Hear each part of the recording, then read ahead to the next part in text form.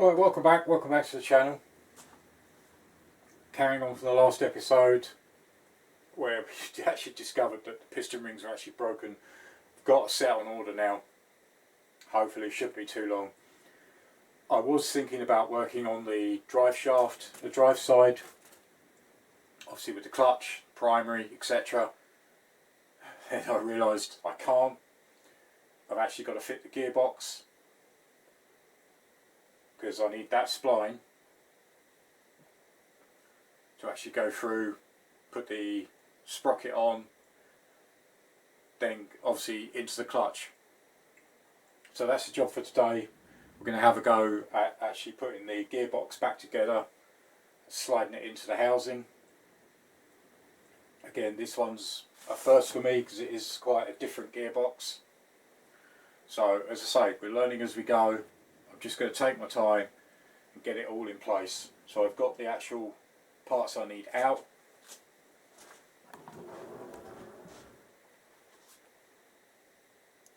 So they're the bits I actually need to fit in there. So it'll basically be that this top shaft will fit through there. This shaft fits into that needle there, and the very last hole is actually this selector, which should be that way round and fits in there. So I've just got to put it together and get it in situ. So then I can actually look at the actual sprocket, which actually fits on the other side where my fingers are. Then we can go on to the clutch and the primary. So we'll see how we do. We'll get as much done as we can. I just want to take my time, make sure I get everything correct. So let's crack on. So like I say, so we need this one at the top,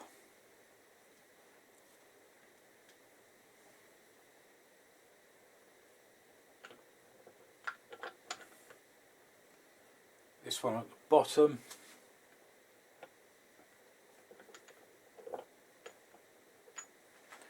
so it will basically fit in like that with the selectors on the side.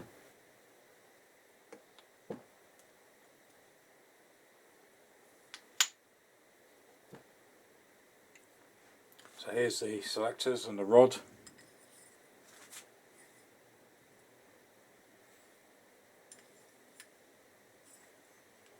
So they nicely fit in with the tapered end facing inwards,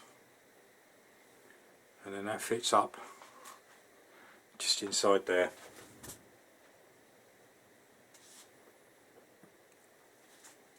Right, so let's see if I can actually pick all of these up at the same time, keeping them in the right position.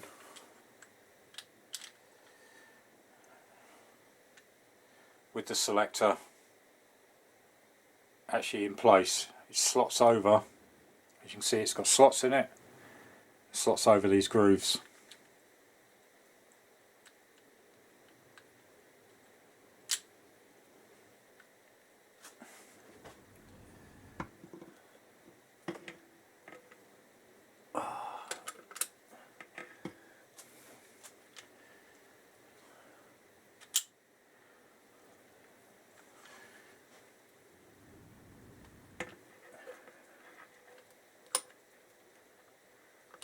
Actually trying to hold all your fingers together, hold everything together while it slides in. No.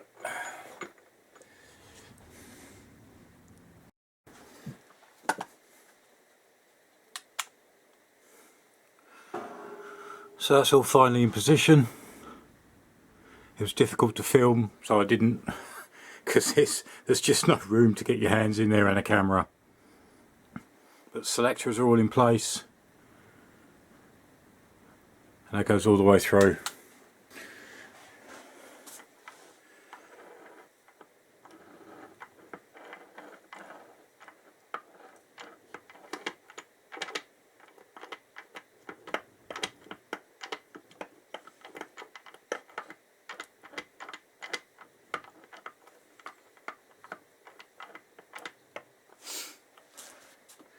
So glad that section's actually done.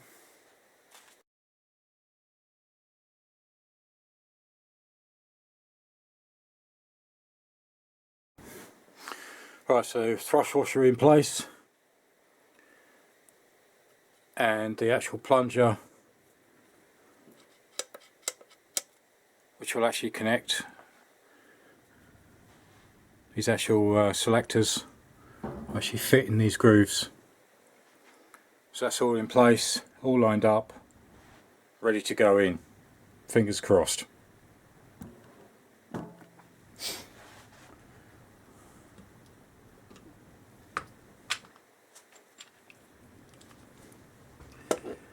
It's very, very small, very, very tight area to work in.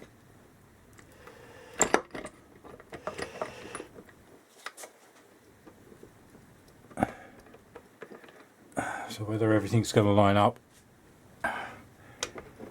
is another matter.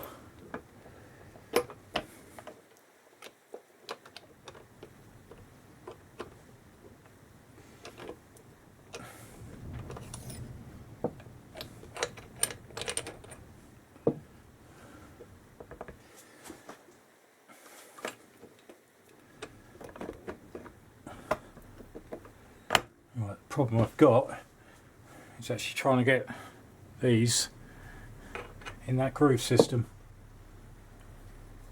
and there's not enough room to actually put that in first.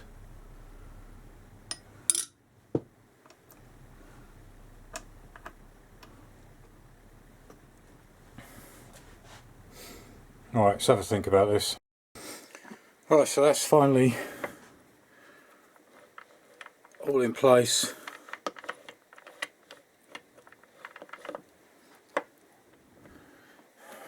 That took a while. That is the most fiddliest gearbox ever. It's just the amount of, I mean, it's a very simple gearbox, 4-speed, but you've got no room to get anywhere. But at least that's done, so I've just got to clean up the surface. Clean up the surface on this one, and then we can get this in place. Right, so I've got all the surfaces cleaned. Now it's time for the gasket.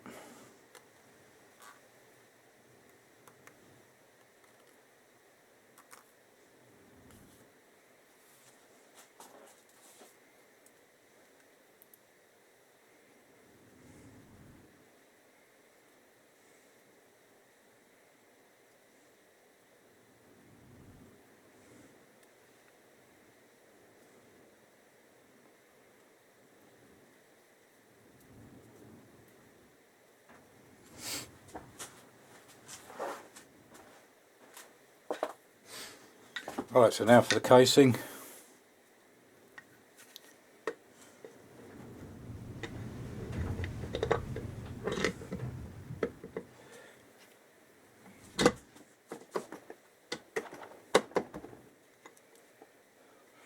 So everything's got to line up. So you've got the bottom shaft there, you've got the main shaft there.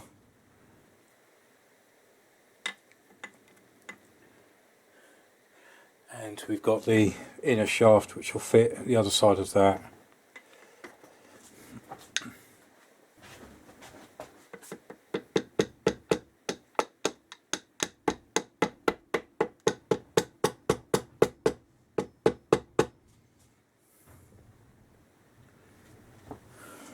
And we've got to keep that in a good position.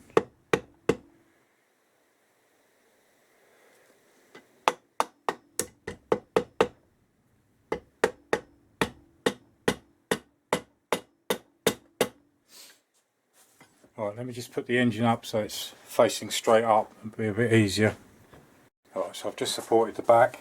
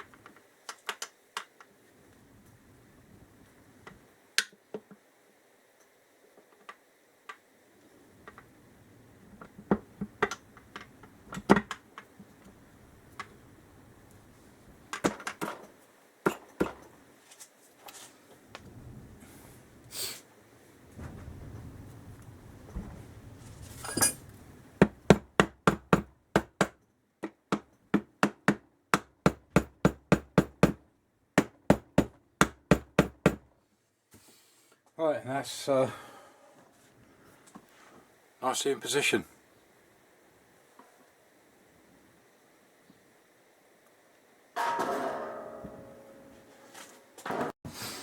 Right, so I've just slid on the actual spring and the sprocket and the cap.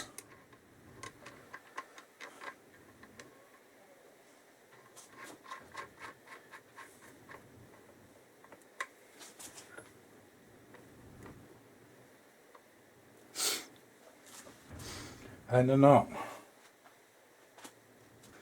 So that was actually, even just to get to that stage, actually took a while trying to get that gearbox in the right place. That is really difficult.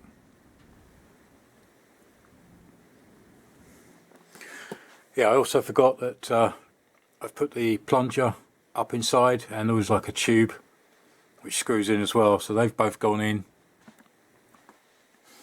The actual plunger goes under the actual selector wheel that's on the side. I say I haven't done this up tight at the moment because I need to check whether this gear change will actually be in the right place. So at the moment it's all loose fit, so I can double check that.